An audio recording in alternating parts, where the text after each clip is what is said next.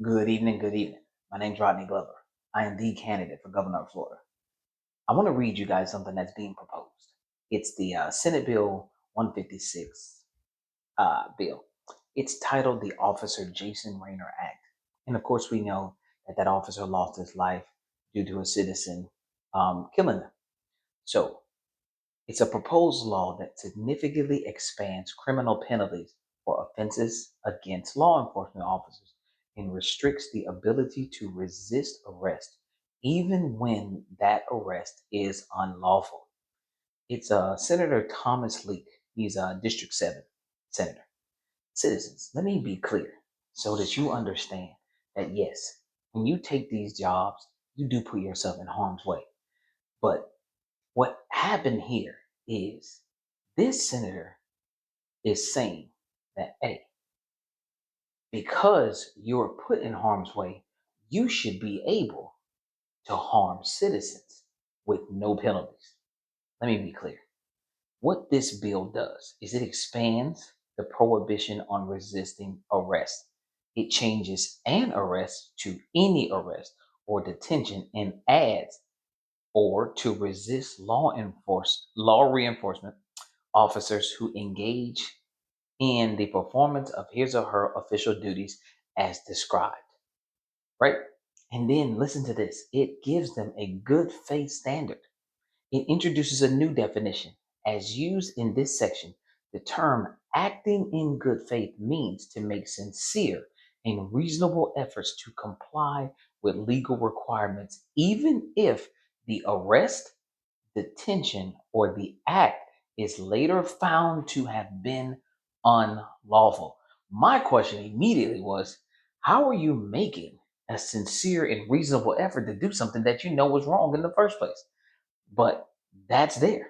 So, what this means for the citizen under the proposed law, a citizen cannot use force to resist arrest, even if the arrest is unlawful, as long as the officer was acting in good faith. Remember, the definition means to make a sincere and reasonable effort to comply with legal requirements.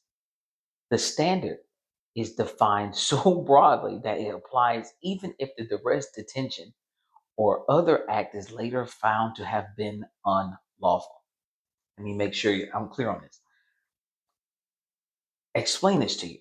Citizens have no right to physically resist unlawful arrest if the officer subjectively believes they are acting lawfully.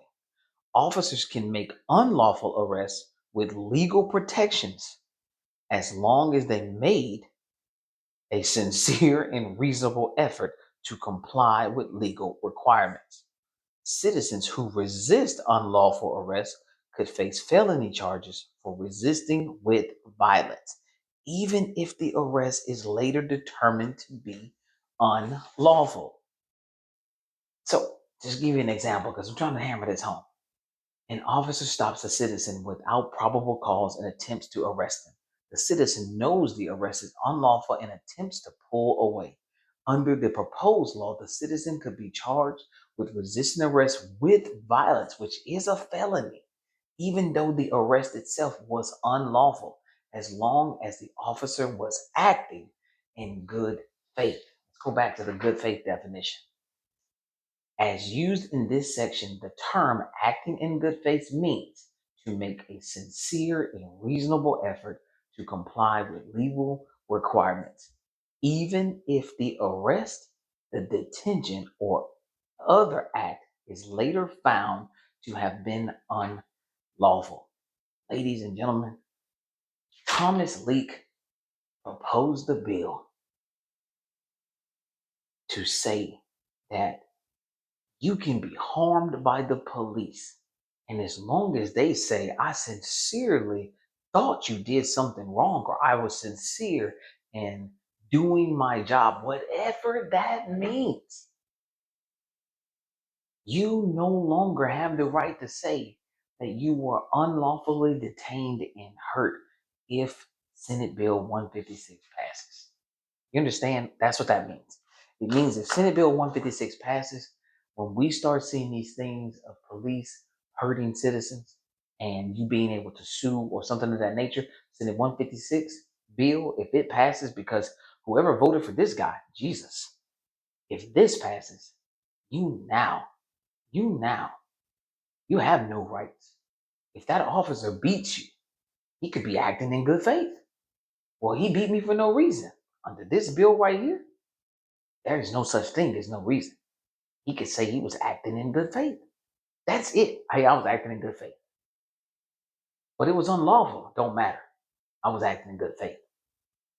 Do you understand why I'm trying to get citizens to take me serious and turn in a petition? Go to glover2026.com, hit the sign the petition button, download the petition and turn it in, because this is not the way to honor Officer Jason Rayner's life being taken by putting other citizens in harm's way by the people that we believe are supposed to protect us.